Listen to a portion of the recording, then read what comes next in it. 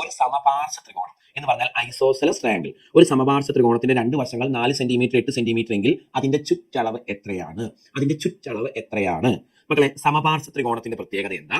സമപാർശ്വ ത്രികോണത്തിന്റെ പ്രത്യേകത രണ്ടു വശങ്ങൾക്ക് ഒരേ നീളമുള്ള ത്രികോണങ്ങളെയാണ് നമ്മൾ സമപാർശ്വ ത്രികോണങ്ങൾ എന്ന് പറയുന്നത്. ഒരു ത്രികോണത്തിന് രണ്ട് വശങ്ങൾക്ക് ഒരേ നീളം, അവയ്ക്കെതിരെയുള്ള കോണുകളും തുല്യം. അതാണ് സമപാർശ്വ ത്രികോണം പ്രത്യേകത കേട്ടോ. അതായത് ഈ ത്രികോണത്തിന്റെ ഈ വശത്തിന്റെയും നീളങ്ങൾ തുല്യമാവണം, അവയ്ക്കെതിരെയുള്ള ഈ കോണും തുല്യമാവണം. അങ്ങനെ രണ്ട് വശങ്ങളും രണ്ട് കോണുകളും തുല്യമായ ത്രികോണങ്ങളാണ് സമപാർശ്വ ത്രികോണങ്ങൾ. പാർശ്വവക്കുകൾ സമപാർശ്വ ത്രികോണങ്ങൾ അല്ലെങ്കിൽ ഐസോസെലസ് ട്രയാങ്കിൾസ് എന്ന് പറയുന്നത് കേട്ടോ.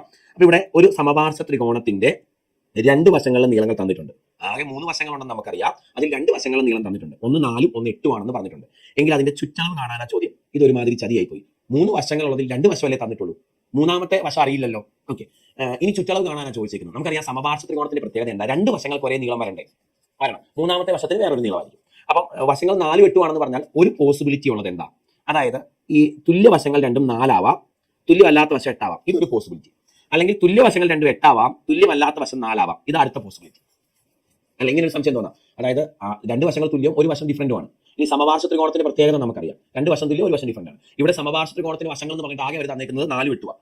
ഈ 4 8 വെച്ച് നമ്മൾ എങ്ങനെ രണ്ട് വശങ്ങളെ അറിയത്തുള്ളൂ, മൂന്നാമത്തെ വശം അറിയത്തില്ലല്ലോ. അപ്പൊ പ്രത്യേകത രണ്ട് വശങ്ങൾക്ക് തുല്യ നീളമായതുകൊണ്ട് ചിലപ്പോൾ രണ്ട് വശങ്ങൾ ഒന്നെങ്കിൽ 4 4 ആവാം, അല്ലെങ്കിൽ രണ്ട് വശം തുല്യമായ വശങ്ങൾ 8 8 ആവാം.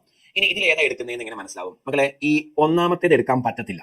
എന്താ കാരണം? അവിടെ വേറൊരു സംഭവമുണ്ട്. നമ്മൾ ത്രികോണങ്ങൾ പഠിക്കുമ്പോൾ ഇങ്ങനെ ഒരു പ്രത്യേകത പഠിക്കാറുണ്ട്. ത്രികോണത്തിന്റെ വശങ്ങളാകാൻ സാധ്യതയുള്ളത് എങ്ങനെ തിരിച്ചറിയും? ഇങ്ങനെ ഒരു റൂളുണ്ട്. അപ്പൊ സൈഡിൽ എഴുതി വെച്ചോണം റൂള്. ഒരു ത്രികോണത്തിന്റെ ചെറിയ രണ്ട് വശങ്ങളുടെ തുക എപ്പോഴും വലിയ വശത്തേക്കാൾ കൂടുതലായിരിക്കണം എന്നൊരു നിയമമുണ്ട്.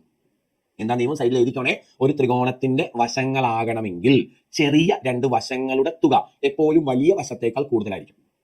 അതാണ് നിയമം. ചെറിയ രണ്ട് വശങ്ങളുടെ തുക വലിയ വശത്തേക്കാൾ കൂടുതലായിരിക്കും. ഇവിടെ ഈ ആദ്യത്തെ കേസിൽ ചെറിയ രണ്ട് വശങ്ങൾ 4ഉം 4ഉം അല്ലേ? ചെറിയ രണ്ട് വശങ്ങളുടെ തുക 8 അല്ലേ? അത് വലിയ വശത്തേക്കാൾ കൂടുതലല്ല. വലിയ വശം 8 തന്നെയല്ലേ?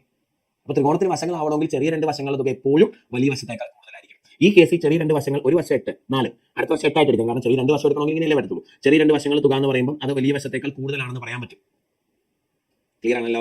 ഓക്കെ, അതുകൊണ്ട് രണ്ടാമത്തെ സാഹചര്യമാണ് എടുക്കേണ്ടത്.